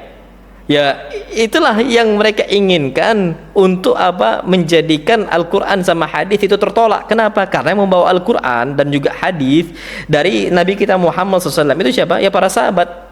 Nah, makanya Masya Allah, akidatut ta'ni bis sahabah, akidah untuk mencela para sahabat ini, kalau kita mau bahas, seandainya musuh-musuh Islam ingin membatalkan agama Islam secara umum gitu deh, mereka nggak akan menemukan cara yang paling efektif dilainkan apa? Selain apa? Menempuh ajaran yang diyakini oleh orang-orang apa? Syiah, dengan cara apa? Menyerang kehormatan dan juga kethiqahan, integritas para sahabat Nabi kita Muhammad sallallahu alaihi wasallam. Akhirnya dengan cara itu mereka bisa merontohkan, istilahnya menjatuhkan pondasi agama Islam. Kenapa? Yang bawa syariat Islam dari Nabi kita sallam siapa? Para sahabat. Makanya Masya Allah, Al-Imam Al-Khatib Al-Baghdadi meriwayatkan dari Abu Zur'ah Ar-Razi. Abu Zur'ah mengatakan, "Idza ra'aita ar-rajula yantakisu ahadan min ashabi Rasulillah sallallahu alaihi wasallam fa'lam annahu zindiq." Kalau engkau melihat seseorang yang dia itu mencela salah seorang dari sahabat Nabi kita Muhammad SAW, fa'lam, ketahuilah bahwa siapa? Dia ini zindiq, munafik, ingin menghancurkan Islam dari dalam. Ini sahih. Makanya mereka mengkafirkan Abu Hurairah karena kebanyakan hadis terkenal Abu Hurairah. Mereka mengkafirkan Abu Bakar. Kenapa? Karena jayanya Islam terbesarnya sebabnya apa? Setelah Nabi kita SAW, Abu Bakar dan juga Umar dan sebagainya. Nah, Masya Allah, dengan cara itu mereka mencela para sahabat Nabi kita Muhammad SAW. Kenapa? Wadhalika anna al-Qur'ana haqqun, karena Al-Quran itu hak, benar. Wa Rasulullah SAW haqqun, dan Rasul SAW itu hak. Wa ma ja'a bihi haqqun, dan apa yang dibawakan oleh Nabi kita SAW adalah hak. Dan tidak ada satupun, kata Imam Ar-Razi, Abu Zur'ah Ar-Razi, tidak ada satupun yang membawa syariat Islam kepada kita dari Nabi kita Muhammad SAW kecuali siapa? Illa sahabah, kecuali para sahabat Nabi kita Muhammad SAW. Nah, apa kata Al-Imam Abu Zur'ah Ar-Razi, faman jarahahu, barang siapa yang dia itu mencela para sahabat Nabi kita Muhammad sallallahu alaihi wasallam, innama arada ibtal al-kitab wa sunnah, yang mereka inginkan untuk membatalkan Alkitab wa sunnah. Akhirnya yang namanya Al-Qur'an dan sunnah itu enggak menjadi suatu hal yang otentik. Masyaallah. Ya, itu kita tolak. Itu cara mereka untuk menghancurkan umat Islam dan juga agama Islam. Nah, ajaran Syiah inilah itu yang dipegang oleh orang-orang murtadin untuk menyerang agama Islam. Itu seperti itu. Makanya dikatakan oleh Abu Zur'ah Ar-Razi, kalau ada orang mencela para sahabat Nabi sallallahu alaihi wasallam, fa'lam annahu zindik. Ketahuilah bahwasanya dia ini orang apa? Orang zindik. Ini disebutkan dalam kitab Al-Kifayah fi Ilmi Riwayah. Baik. Ayolah ikhwatul kiram. Jadi ucapan yang disebutkan oleh Abu Zur'ah Ar-Razi menunjukkan bahwasanya mencela para sahabat Nabi kita Muhammad sallallahu alaihi wasallam itu secara enggak langsung ya juga mencela keabsahan Al-Qur'an dan juga sunnah Nabi kita Muhammad sallallahu alaihi wasallam, karena memang para sahabat ini adalah penghubung yang paling inti antara kita dengan wahyunya Allah Subhanahu wa taala, antara kita dengan hadis-hadis Nabi kita Muhammad sallallahu alaihi wasallam. Nah, orang yang meragukan atau merendahkan kredibilitas para sahabat berarti meragukan sumber-sumber Islam itu sendiri. Masya Allah, Al-Quran dan juga apa? Sunnah Nabi kita Muhammad sallallahu alaihi wasallam. Jadi memang orang-orang Syiah ini, Masya Allah, itu merusak Islam itu dari situ. Caranya dicela dulu para sahabatnya. Makanya ada salah seorang Syiah yang telah mendapatkan hidayah dan akhirnya Masya Allah rujuk ilal haq, kembali kepada kebenaran. Kunyahnya ada Abu Khalifah Al-Qudaibi, Masya Allah. Jadi ini orang Syiah, Masya Allah, dapat hidayah, ihtada bis sunnah, dapat hidayah dengan sunnah Nabi kita Muhammad sallallahu alaihi wasallam, wa raja'a min ad-dhalal lil haq, dan dia telah rujuk dari kesesatan menuju kebenaran. Namanya Abu Khalifah Al-Qudaibi, asalnya dari Bahrain. Dia nulis nih kisah pengalaman dia bagaimana beliau ini berhijrah dari kesesatan Syiah menuju apa? Hidayah sunnah. Cerita ini beliau kasih judul kitabnya dengan judul Rabihtus Sahabah walam akhsar alal bait. Aku beruntung dengan menghormati para sahabat dan aku enggak kerugian kehilangan alul bait. Maksudnya apa? Orang yang menghormati para sahabat enggak akan kehilangan alul bait. Kenapa? Karena dalam Islam kita ini harus menghormati sahabat dan harus menghormati alul bait secara berbarengan, Masya Allah. Nah, orang-orang Syiah ini enggak. Kalau kita menghormati sahabat berarti kita mencela alul bait. Masya Allah. Kalau kita mau menghormati Ahlul Bait, kita harus mencela para sahabat Abu Hurairah. Padahal dalam Islam itu dua-duanya digabung. Ini Masya Allah mengingatkan kita semua kepada salah seorang Nasrani yang beriman kepada Nabi kita Muhammad SAW dan masuk Islam. Dia kasih judul kitabnya Rabihtu Muhammad dan SAW walam akhsar Isa alaihi salam. Aku beruntung dengan beriman kepada Muhammad SAW dan aku enggak merugi dengan kehilangan Nabi Isa alaihi salam. Kenapa? Dalam agama Islam kita itu harus beriman kepada para nabi. Termasuk Nabi situ apa? Isa alaihissalam. Orang mencela Isa berarti bukan muslim. Seperti itu. Nah, dalam benak orang-orang Nasrani saat ini, kalau kita beriman kepada Muhammad, kita berarti mencela Isa. Padahal enggak sama sekali, Masya Allah. Nah, jadi judul-judul ini itu menekankan kepada kita semua bahwasanya orang-orang Syiah ini memang meyakini kita harus apa? Mencela para sahabat Nabi kita Muhammad sallallahu alaihi wasallam. Taib. Itu akidah yang kedua. Akidah yang ketiga yang menyimpang sekali dari agama Islam yang diyakini oleh orang Syiah adalah upaya mereka untuk merusak Al-Quran Al-Karim, kitabullah tabaraka wa ta'ala. Kenapa mereka berusaha untuk merusak kitabullah? Kenapa mereka orang-orang Syiah ini berusaha untuk merusak Al-Quran Al-Karim, merubah-rubah isi Al-Quran Al-Karim, dan bahkan mereka meyakini ada akidah tahrif, akidah bahwasanya Al-Quran ini sudah dirubah. Kenapa? Karena orang Syiah ini mendapati ayat-ayat Al-Quran Al-Karim itu enggak menyebutkan tentang imamah 12 imam, dan justru bahkan malah memuji para sahabat Nabi kita Muhammad sallallahu alaihi wasallam dengan mengangkat kedudukan mereka. Masya Allah. Ini akhirnya orang-orang Syiah ini kebingungan. Allah berfirman dalam Al-Quran Al-Karim, dalam Al-Quran Al-Karim, Masya Allah, Tabaraka Rahman, Allah berfirman, As-sabiquna al-awwaluna minal muhajirin wal ansar walladzina taba'uuhum bi ihsan radhiyallahu anhum wa radu an. Was-sabiquna al-awwalun minal muhajirin wal ansar walladzina taba'uuhum bi ihsan. Orang-orang yang terdahulu dari muhajirin dan dari apa? Ansar. Orang-orang Syiah ini, Masya Allah, ketika mendapati Al-Quran memuji sahabat, memuji para sahabat, bahkan menyebutkan muhajirin, dan mereka nggak bisa merusak sejarah bahwa saya Abu Bakar, Umar itu muhajirin, Masya Allah. Wal ansar, dan orang-orang ansar, ini para sahabat Nabi kita Muhammad SAW. Nah, ini Al-Quran memujinya, Masya Allah. Dan mereka nggak mendapati satupun ayat yang memuji imamah 12 imam, Masya Allah. Akhirnya mereka kebingungan. Akhirnya mereka pun memiliki keyakinan. Apa keyakinan mereka? Inna ayatil imamah wa sabbis sahabah qad uskitat minal Qur'an. Sesungguhnya ayat-ayat tentang keimaman 12 imam dan juga mencela para sahabat itu sudah dihapus dalam Al-Qur'an Al-Karim. Ini ucapan ini itu viral lah akhirnya di kalangan kaum muslimin yang membuka kedok kekufuran mereka. Masya Allah, terbongkarlah mereka ini. Aslinya mereka meyakini bahwasanya Al-Quran Al-Karim itu terjadi tahrif. Masya Allah. Nah, ketika sudah mulai terang, mereka mulai menyangkal, mereka nolak, mereka mengklaim bahwa mereka tidak mengatakan hal itu. Tapi ternyata riwayat-riwayat yang menyatakan bahwasanya Al-Quran telah dirubah-rubah, ini sebagaimana akidah Syiah, ini tersebar dalam kitab-kitab Syiah itu sendiri yang menunjukkan bahwasanya memang keyakinan mereka adalah Al-Quran ini dirubah. Dan skandal yang terbaru terkait masalah tahriful Quran, Al-Quran ini sudah dirubah kata mereka. Ini akidah-akidah mereka, na'udzubillah, yang bertentangan sekali dengan firman Allah SWT, inna nahnu nazzalna al-dzikra wa inna lahu lahafidun. Kami yang menurunkan Al-Quran dan kami yang menjaganya. Ternyata ini skandal ini itu dibuat buku yang ditulis oleh ulama besar mereka, dikasih judul apa? Faslul Khitab fi itsbati tahrifi kitab Rabbil Arbab. Faslul Khitab dalam penetapan tahrif, perubahan kitab Rabbil Arbab, kitabullah tabaraka taala. Dalam buku ini, Masya Allah, ini na'udzubillah, penulis ini berusaha untuk membuktikan bahwasanya memang ada penukilan yang mutawatir yang mendukung klaim kekufuran ini, bahwasanya Al-Quran sudah ditahrif. Dan buku ini itu dicetak di Iran sendiri, itu pada tahun 1289 Hijriah. Dan ini akhirnya menjadi skandal terbesar serta aib yang mencoreng orang-orang Syiah itu sendiri sepanjang masa. Mereka nggak bisa tutupin itu. Nah, buku ini itu menjadi bukti yang nggak bisa dibantahkan, meyakini bahwasanya Al-Quran sudah ditahrif ataupun dirubah, dan itu dikira oleh mereka orang-orang Syiah sendiri. Bahkan Masya Allah, lebih jauh dari itu, orang-orang Syiah ini menyatakan Jibril alaihi salam telah melakukan kesalahan dalam menyampaikan wahyu.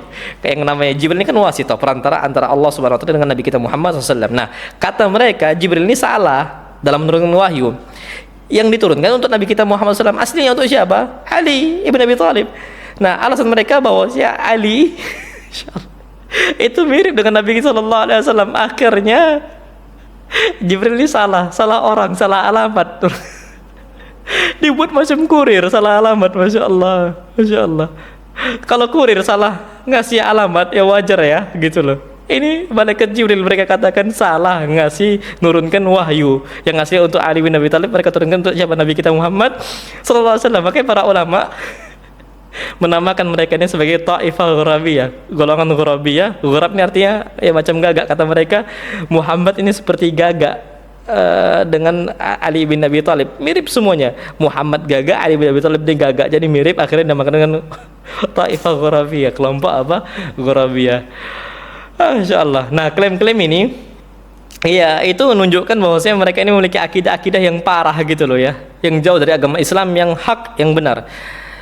Dan mereka ini bahkan sampai ke batas penghinaan terhadap wahyunya Allah Subhanahu wa taala dan terhadap integritas para nabi dan juga para malaikat. Nah, keyakinan inilah yang membuat kita yakin bahwasanya mereka ini bukan muslim tapi mereka adalah kafir. Tip, ayo ikhwatul kiram. Akidah taqiyah dalam agama Syiah. Ana nggak tahu, mudah-mudahan belum adzan di masjid ya. Kalau seandainya adzan di masjid ini, ana di pondok saat ini. Kalau seandainya sudah adzan, nanti kita stopkan, nanti kita lanjutkan pada pertemuan berikutnya insyaallah. Tip, akidah yang menyimpang yang berikutnya yang sangat jauh dari akidah Islam adalah akidah taqiyah yang dimiliki oleh agama Syiah. Taqiyah dalam ajaran Syiah itu artinya praktik untuk berpura-pura menampilkan atau menampakkan sesuatu yang berbeda dari keyakinan yang sebenarnya. Nah, konsep inilah akhirnya yang mengizinkan seorang Syiah untuk menipu orang lain demi melindungi apa? Dirinya atau agamanya. Nah, yang pada puncaknya prinsip taqiyah ini, seorang Syiah itu dapat secara zahir menyangkal keyakinan dia yang ia pegang secara batin. Jadi apa yang dia yakin dalam batin, ya dia ucapkan enggak seperti itu, padahal di hati dia ngomong seperti itu. Jadi suka-suka dia saja. Nah, kaum Syiah ini seringkali menyangkal banyak dari keyakinan yang mereka yakini, mereka sangkal di hadapan Ahlus Sunnah. Ana ambil contoh tadi seperti akidah tahrif yang mereka yakini bahwasanya Al-Quran sudah dirubah, atau akidah ta'ni bis sahabah, akidah bahwasanya mereka ini mencela para sahabat. Kata mereka, enggak kok, kami enggak mau mencela para sahabat. Atau akidah takfir al-muslimin, mengkafirkan kaum muslim atau mencela kaum muslimin, ataupun dengan akidah-akidah yang lainnya. Ketika mereka hidup di kalangan Ahlus Sunnah, mereka akan meyakini, oh enggak, kami enggak meyakini seperti itu. Padahal aslinya mereka seperti itu. Mereka gunakan dengan konsep akidah apa? Taqiyah. Sehingga mereka menyembunyikan keyakinan yang aslinya, sehingga mereka menyesuaikan penampilan mereka dengan situasi yang ada. Nah, musibahnya akidah taqiyah ini itu dianggap wajib bagi mereka. Kita ini harus berdusta, harus bertaqiyah, kata mereka, Masya Allah. Dan ini yang disebutkan oleh ulama besar mereka yang dikenal dengan as-Saduq. Ini si Saduq ini itu menegaskan bagaimana pentingnya akidah taqiyah dalam ajaran Syiah, dan disebutkan dalam kitab dia sendiri, Risalah al-I'tiqad, halaman yang 104. Dia tulis, wa'tiqaduna fit taqiyah, akidah kami, akidah Syiah dalam urusan taqiyah, annaha wajibatun, bahwasanya hukumnya adalah wajib. Man tarakaha kana bi manzilati man taraka shalah. Barang siapa yang tidak taqiyah, maka sama saja dia tidak salat, kata dia. Wat taqiyatu wajibatun la yajuzu raf'aha ila ay yakhrujal qa'im. Bahwasanya taqiyah adalah hukumnya wajib, tidak boleh ditinggalkan sampai keluar Imam Mahdi, kata dia. Al-Qa'im itu maksudnya Imam Mahdi. Maksudnya tadi Muhammad ibn Hasan al-Askari, al-Mahdi al-Muntadhar. Faman tarakaha qabla khurujihi faqad kharaja min dinillah, kata dia. Barang siapa yang meninggalkan taqiyah sebelum keluarnya Imam Mahdi, maksudnya Imam Muhammad ibn Hasan al-Askari, faqad kharaja min dinillah, maka dia telah keluar dari agama Allah Subhanahu wa taala, dari agama Islam. Makanya orang yang enggak taqiyah bagi agama Syiah kafir sudah. Wa an dinil imamiyah, dan dari agama imamiyah. Wa khalafallah, orang yang enggak taqiyah telah menyelisih Allah wa rasulahu, dan menyelisih rasulnya, wal a'immah, dan seluruh para imam. Apa yang dapat kita ambil dari pernyataan ini as-Saduq ini dalam kitab dia sendiri, Risalah al-I'tiqad, al-I'tiqadat. Baik, apa yang dapat kita ambil? Bahwasanya akidah Rafidhah itu mengajarkan akidah al-kadhib, akidah berdusta. Bahkan Masya Allah, syumma fihi raihat al-kadhib, gampang sekali untuk tercium dalam lisan mereka atau mulut mereka aroma kebusukan dari kedustaan yang ada. Na'udzubillah tsumma na'udzubillah. Insyaallah. Baik, kata mereka, kami taqiyah tujuannya untuk melindungi keyakinan kami, karena kami hidup di tengah-tengah Ahlus Sunnah. Ini kata dia, kami butuh kepada taqiyah, akhirnya kami berdusta, kami menyembunyikan akidah Syiah kami sehingga tidak nampak bahwa kami Syiah. Kenapa? Karena kami takut kalau kami menampakkan akidah Syiah kami. Tapi akhirnya mereka bertaqiyah. Tapi pertanyaannya, Masya Allah, ini Syiah meriwayatkan dari Ali radhiyallahu ta'ala anhu bahwasanya, Masya Allah, ketika Ali keluar menjumpai para sahabat dan murid-muridnya dengan wajah yang sedih, apa kata Ali bin Abi Thalib? Kaifa antum muzamanun qad adhallakum tu'attal fihi al-hudud. Gimana kondisi kalian wahai para sahabat-sahabat saya, maksudnya sahabatnya Ali radhiyallahu ta'ala anhu, ketika kalian mendapati sebuah zaman tu'attal fihi al-hudud, yang mana hukuman-hukuman Allah SWT sudah dinonaktifkan, wa ittakhadal mal fihi duala, dan harta dijadikan untuk hal-hal yang enggak bermanfaat, wa yu'ada fihi awliya Allah, dan kekasih Allah dimusuhi, wa yuwala fi ala Allah, dan ternyata musuh-musuh Allah malah dideketi. Gimana kondisi kalian? Taib, apa kata para sahabatnya Ali radhiyallahu ta'ala anhu? Ya Amirul Mukminin. Ini kitab Syiah sendiri loh ya. Kalau kami mendapati hari itu, apa yang kami lakukan wahai Amirul Mukminin? Apa kata Ali? Kunu ka ashabi Isa. Jadilah kalian sebagai pengikutnya Isa. Dengan cara apa? Nusyiru bil manashir, mereka digergaji dengan gergaji, kepala mereka dibelah. Wa sulibu alal khasyab, mereka disalib di atas kayu. Mautun fi taatillah, enggak perlu kalian takut. Kenapa? Kematian di jalan Allah khairun min hayatin fi ma'siyatillah, lebih baik daripada hidup di maksiat kepada Allah Subhanahu wa taala. Taib, ayuhal ikhwatul kiram, insyaallah, kalau memang taqiyah itu diajarkan dalam agama Syiah, kenapa Ali menganjurkan untuk apa? Jangan taqiyah. Nggak apa-apa, terus kalian itu berada di atas ketaatan kepada Allah SWT, walaupun disalib, walaupun digergaji, nggak apa-apa. Ini kata siapa? Isa. Tapi di mana letak taqiyah yang diajarkan oleh Ali bin Abi Thalib, yang mereka jadikan sebagai pondasi dari agama mereka sendiri? Nah, ternyata berbalik, kita menemukan bahwasanya Nabi kita Muhammad SAW dalam situasi yang paling sulit sekalipun, beliau nggak pernah menggunakan taqiyah.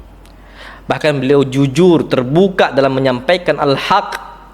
Beliau cuman menyampaikan dalam kondisi dakwah jahriyah dan juga dakwah sirriyah. Ketika awal-awal beliau dakwah sirriyah, tapi beliau jujur, beliau nggak takut. Beliau mengatakan la ilaha illallah, jujur saja, masya Allah. Beliau nggak pernah takut, masya Allah. Ini Nabi kita SAW, tapi dakwahnya sembunyi. Tapi jujur, beliau nggak berdosa, beliau nggak taqiyah. Tapi yang kedua, dakwah jahriyah.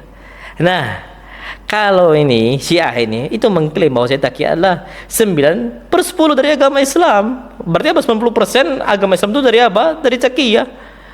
Bahwa para imam juga mereka yakini sering menggunakan taqiyah. Taib. Terus gimana dengan ajaran Ali bin Abi Thalib? Taib. Terus gimana dengan Nabi kita Muhammad sallallahu alaihi wasallam? Nabi enggak pernah taqiyah.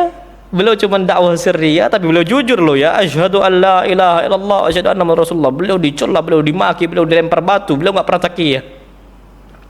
Gimana dengan ajaran Nabi kita SAW? Taib. Apa kesimpulannya? Akidah Syiah yang disebutkan oleh Saduq sendiri, masya Allah, atau ulama-ulama Syiah yang lainnya, taqiyah itu berarti memang bukan dari agama Islam. Hatta Ali sendiri pun nolak ajaran taqiyah. Kita katakan, ya sudah, nggak apa-apa, mau disalib, mau diapain, nggak ada masalah. Itu yang perlu kita ketahui.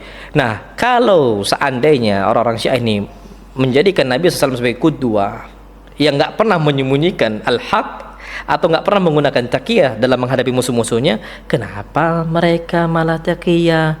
Tapi kalau mereka memang mengklaim mengikuti Ahlul Bait, kenapa nih mereka justru mengajarkan taqiyah yang berlawanan dengan prinsip dan juga apa? Kejujuran. Yang kita perlu tahu bahwasanya kita harus terbuka, memang harus jujur. Bahkan dalam akidah Ahlus Sunnah wal Jamaah, kata para ulama, insyaallah ya, insyaallah kalau bisa apa? As-sarahah turaha, jujur aja, enggak boleh bohong, enggak boleh bohong. Tapi as-sarahah zaraha, terus terang itu lebih menenangkan. Itu yang perlu kita ketahui. Makanya riwayat yang mereka sampaikan dari Ali bin Abi Thalib ini justru menegaskan bahwasanya kita itu harus wala kepada al-haq, wala kepada kitabullah, wala kepada sunnah Nabi kita Muhammad SAW, dan enggak boleh pakai taqiyah. Walaupun kita disalib, walaupun kita digergaji, ini akidahnya Ali radhiyallahu ta'ala anhu dalam kitab Syiah sendiri, insyaallah. Itu yang perlu kita ketahui. Taib. Pertanyaan lagi.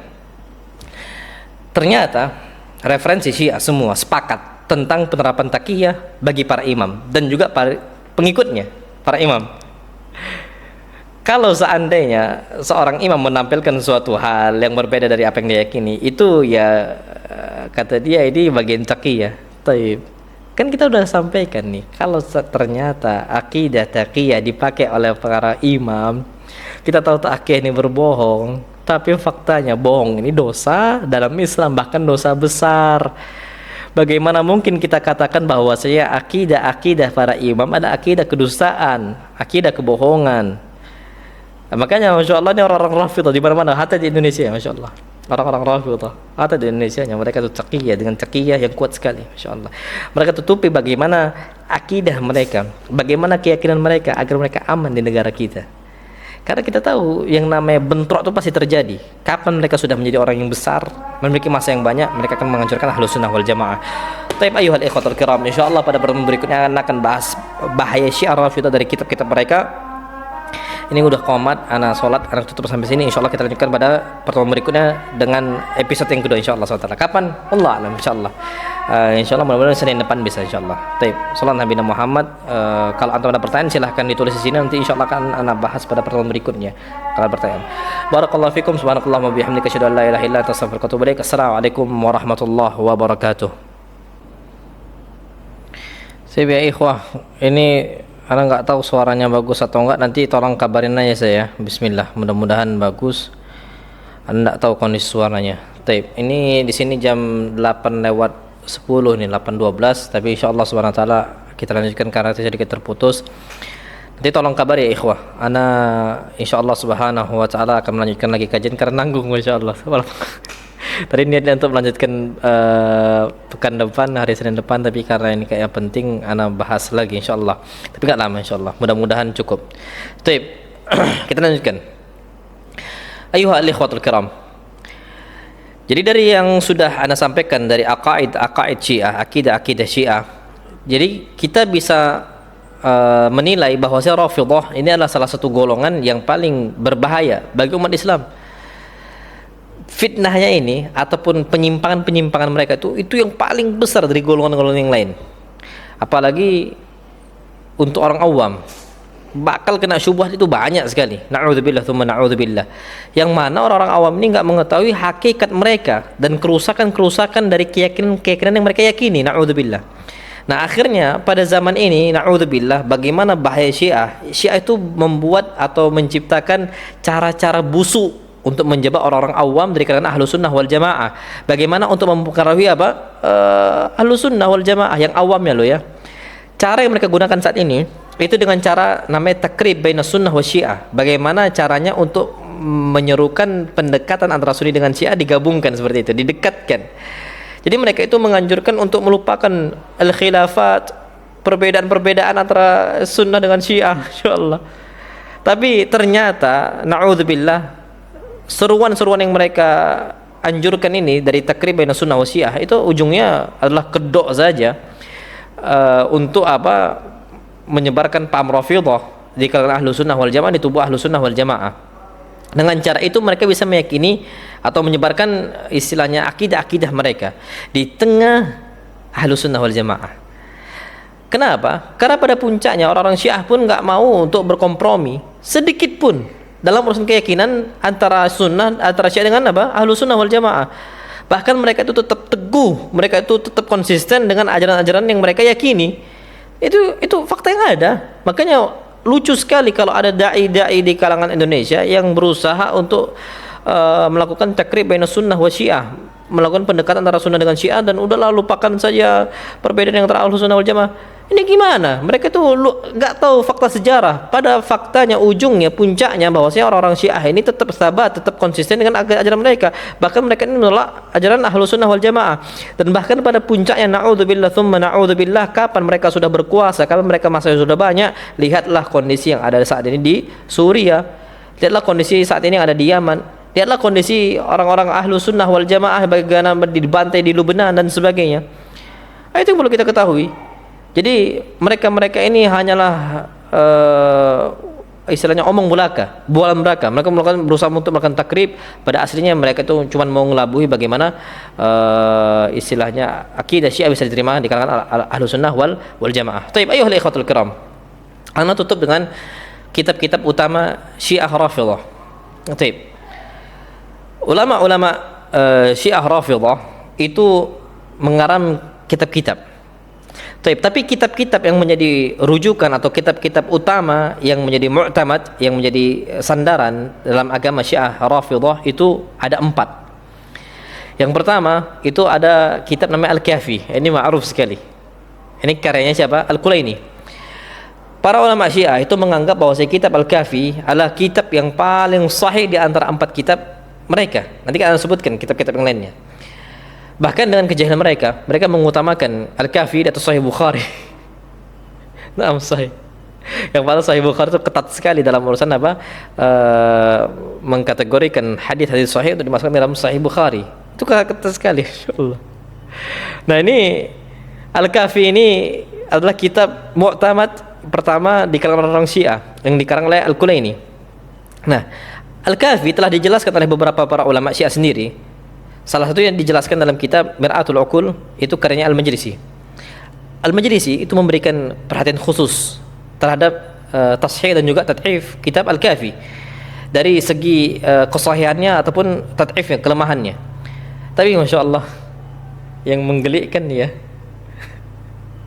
Al-Kafi ini itu dianggap oleh Al-Majlisi hampir 2/3 hadis yang ada dalam Al-Kafi itu dhaif, lemah, bahkan palsu. Tapi yang lucu, entah kenapa Al-Kafi ini tetap dianggap kitab yang pertama yang mu'tamad di antara kitab-kitab Syiah yang lainnya. Insyaallah. Walaupun kayak gitu ya. Tapi Al-Majlisi itu tetap mensahihkan riwayat-riwayat palsu yang ada dalam kitab Al-Kafi, yang mana riwayat-riwayat ini menjadi kekufuran sesuai dengan ijma' kaum muslimin. Di antaranya apa? Tahrif Al-Qur'an Al-Karim. Al-Qur'an sudah dirubah kata dia. Ini Al-Majlisi dalam kitab Al-Kafi itu disahihkan. Begitu juga dengan Taqdis Al-A'immah, pengkultusan para imam. Itu kitab yang pertama. Tapi kitab yang kedua yang yakini oleh Syiah dan bahkan dijadikan sandaran oleh Syiah adalah kitab Man La Yahdurul Faqih, yang ditulis oleh atau dikarang oleh As-Saduq, yang nama itu adalah Muhammad ibn Babawayh Al-Kummi. Nah, kitab ini itu salah satu dari 4 kitab yang mu'tamad dalam madhab Syiah Rafidhah. Nah, As-Saduq ini dikenal dengan Muhammad ibn Babawayh Al-Kummi, dari Kum. Ini salah satu ulama besar mereka, dan kitab Man La Yadurul Faqih itu dianggap sebagai sumber yang penting sekali untuk fikih dan ajaran Syiah. Itu yang kedua. Yang ketiga, Al-Istibsar. Ini karya syekh mereka yang dikenal dengan Syekhut Taifah, yang nama aslinya itu Abu Ja'far Muhammad bin Hasan At-Tusi. Al-Istibsar ini adalah salah satu dari 4 kitab utama Syiah yang ditulis oleh Abu Ja'far Muhammad bin Hasan At-Tusi, dan ya ini jadi sumber utama bagi mereka dalam masalah hadis-hadis dan juga ajaran-ajaran Syiah.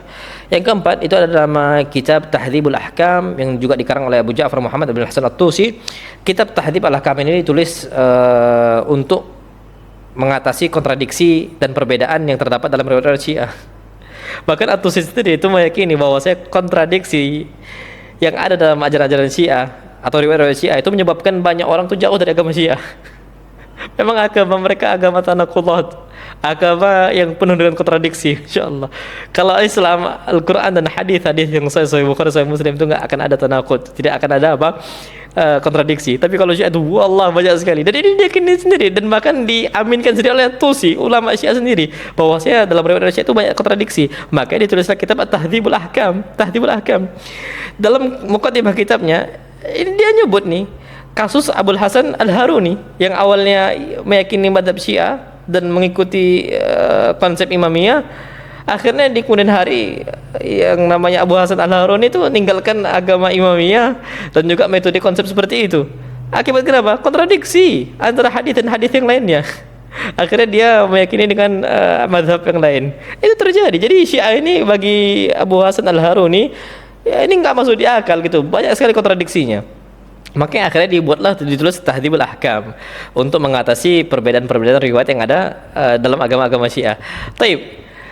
Kitab-kitab yang sudah Anda sebutkan, Al-Kafi, kemudian Man La Yahdurul Faqih, kemudian Al-Istibsar, kemudian Tahdhibul Ahkam, itu dianggap landasan utama bagi ajaran dan juga keyakinan Syiah Itsna Asyari atau Syiah Rafidhah. Tapi tidak konsistennya ataupun karena ada kontradiksi yang terdapat dalam kitab-kitab itu, akhirnya ajaran Syiah ini ya lemah pada faktanya seperti itu. Dan ini diakui oleh ulama mereka sendiri. Yang kita sebutkan tadi, itu tadi adalah Abu Al-Hasan Al-Haruni, itu sampai meninggalkan agama Syiah loh ya, agama Syiah karena atau konsep Imamiyah dikarenakan kontradiksi yang banyak sekali. Karena kebingungan. Itu hanya satu orang dari ribuan yang telah meninggalkan agama Syiah karena kebingungan dan kontradiksi dalam fikih mereka. Nah, jadi akhirnya inilah nggak buat kita heran, mengingat banyak ya Allah kebohongan yang dinisbatkan kepada Imam Ahlul Bait dalam kitab-kitab Syiah sendiri. Ya, gimana mungkin kita mau menerima sebuah madhab yang dibangun di atas dasar kedustaan dan juga kebohongan? Gimana kita mau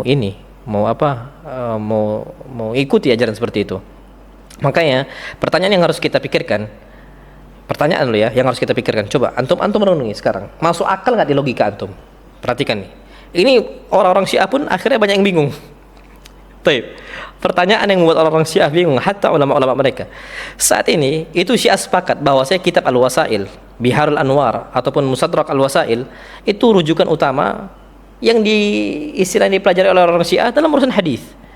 Baik, sekarang kita lihat lebih jauh. Al-Hur Al-Amili, penulis kitab Al-Wasail, itu wafat pada tahun 1104 Hijriah. Baik, antum ingat wafat pada tahun 1104 Hijriah. Yang kedua, Al-Majlisi, penulis kitab Biharul Anwar, itu wafat pada tahun 1111 Hijriah. Taib, An-Nuri At-Tabarsi, penulis kitab Mustadrak Al-Wasail, itu wafat pada tahun 1320 Hijriah. Sekarang ini sumber-sumber yang dianggap sahih oleh orang-orang Syiah ini ternyata jauh sekali dari zaman para imam. Kalau memang para penulis kitab-kitab itu mengumpulkan hadis-hadis itu melalui melalui sanad ataupun riwayat-riwayat yang ada, sekarang gini, akal mana yang bisa nerima? Ternyata selama ratusan tahun nggak dicatat. Masya Allah, bahkan selama 11 abad atau 13 abad nggak ada yang nyatat. Masya Allah, tiba-tiba muncul dalam kitab-kitab Syiah tadi, semisal apa? Tadi Al-Wasail tadi, Masya Allah, atau semisal dalam kitab Biharul Anwar atau kitab Musrakul Wasail, muncul tiba-tiba baru di situ. Ya gimana kalau kalau Imam Bukhari ada istilahnya, mereka ini dekat dengan istilahnya abad Al-Qurun Al-Mufaddalah, seperti itu, generasi-generasi yang terbaik di zaman ini. Dari zaman ke zaman itu Masya Allah, mereka itu ada bukti nyata, ada riwayat dan sebagainya, bahkan kitab-kitab yang masih dijaga dan sebagainya. Sekarang riwayat-riwayat Syiah ini tiba-tiba muncul di kitab Al-Wasail, Musnadul Wasail. Ini gimana? Akal sehat mana yang tiba-tiba muncul di situ? Kalau seandainya memang itu ada diambil dari jalur periwayatan atau sanad yang sahih, ya nggak mungkin lah mereka ini tiba-tiba nggak mengumpulkan atau nggak ada kitabnya dan sebagainya. Makanya kalau memang riwayat-riwayat itu betul-betul dicatat dalam kitab-kitab mereka, kenapa kitab-kitab itu baru ditemukan pada abad-abad yang saat ini atau yang akhir-akhiran ini? Kenapa riwayat-riwayat sebelumnya itu nggak pernah dikumpulkan oleh para pendahulu mereka? Ya orang-orang yang dahulu mereka lah, anggaplah semisal kitab-kitab kuno mereka. Itu akhirnya membuat orang-orang Syiah itu, iya juga ya, kok tiba-tiba muncul di abad 1300 tadi, kan kayak gitu, atau tahun 1300 Hijriah tadi. Loh, sebelum-sebelum mana riwayat ini kok nggak ada, tiba-tiba muncul. Itu kan mereka karangan sendiri, berarti buatan mereka sendiri. Itu yang akhirnya mereka membuat mereka bingung. Taib. Pertanyaan yang lain yang harus mereka jawab nih. Antum sekarang coba perhatikan. Ini wallahil azim, pertanyaan ini membuat para ulama Syiah pun kebingungan untuk jawabnya. Mereka tuh bingung, Masya Allah. Hatta para pengikutnya, apalagi. Pertanyaan itu, antum coba perhatikan. Sekarang sebagian besar ulama Syiah itu percaya bahwa kitab mereka Al-Kahfi, karyanya Al-Kulaini, itu mengandung hadis yang sahih, hadis yang lemah, bahkan palsu. Nah, Al-Majlisi, seorang ulama besar yang mereka hormati, itu menilai bahwasanya hampir 2/3 dari hadis-hadis dalam Al-Kahfi itu lemah. Ternyata diketahui dari kalangan Syiah bahwa kitab ini itu telah dipaparkan untuk Imam Mahdi mereka yang gaib, tadi Muhammad Ibn Hasan Al-Askari. Ternyata ini Muhammad Al-Mahdi Al-Muntadhar, Imam Mahdi mereka, itu ketika dipaparkan kitab Al-Kahfi, apa dia mengatakan? Kafin li syiatina, ini kitab ini sudah cukup untuk Syiah kami, para pengikut kita.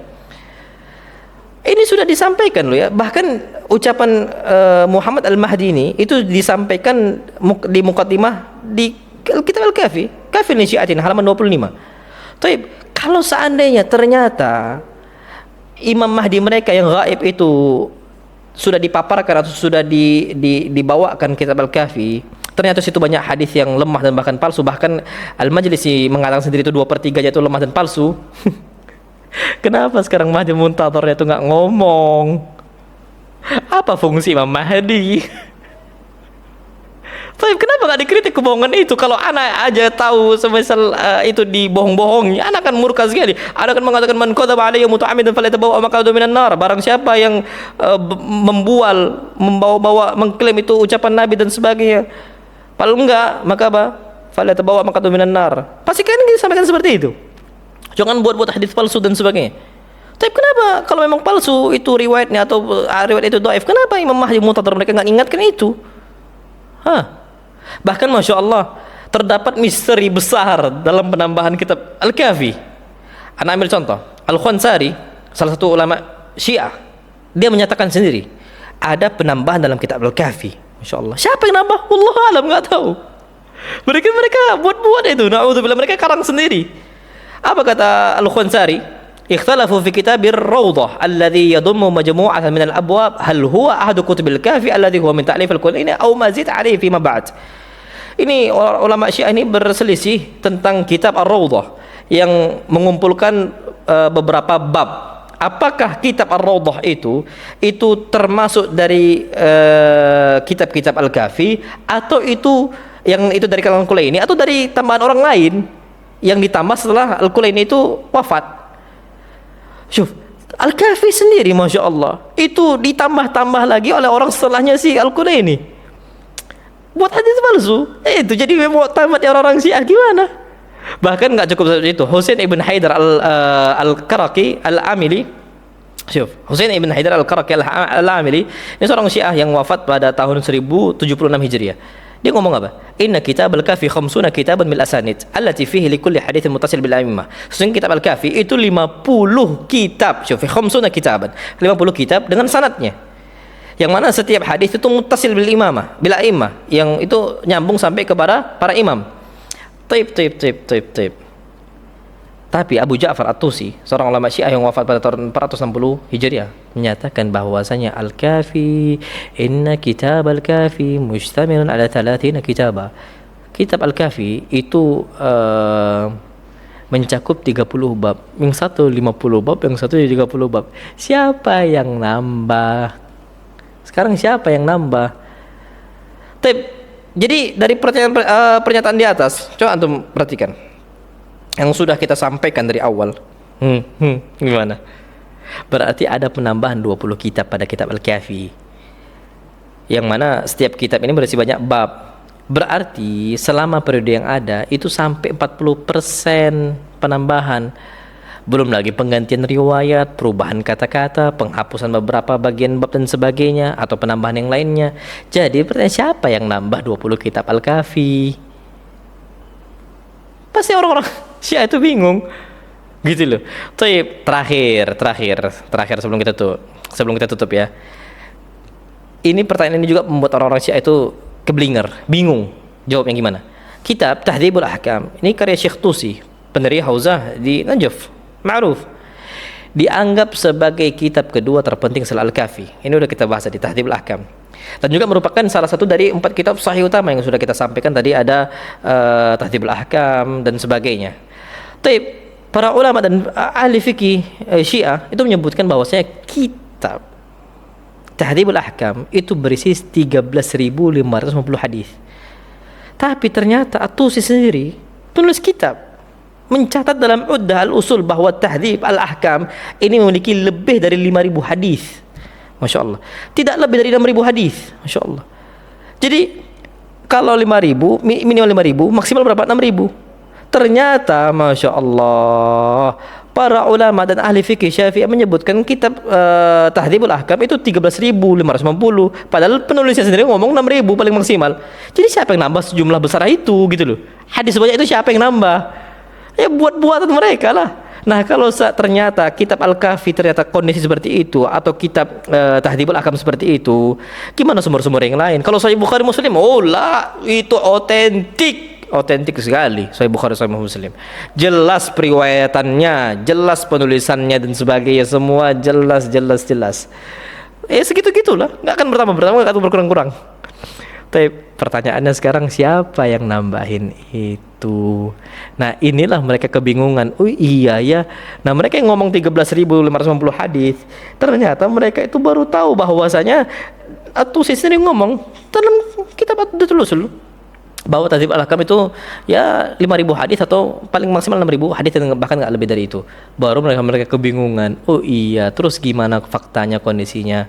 Nah makanya ala kulli di sini ana mau menyampaikan bahwasanya akidah Syiah itu mereka sendiri itu kebingungan gimana bisa jadi akidah gitu loh ya, yang mereka yakin dan sebagainya, pasti mereka keblinger. Tapi ini ayuhal ikhwatul kiram yang anda bisa sampaikan. Tapi ini ada pertanyaan tapi anda nggak bisa jawab satu persatu. Tapi coba kita lihat ya.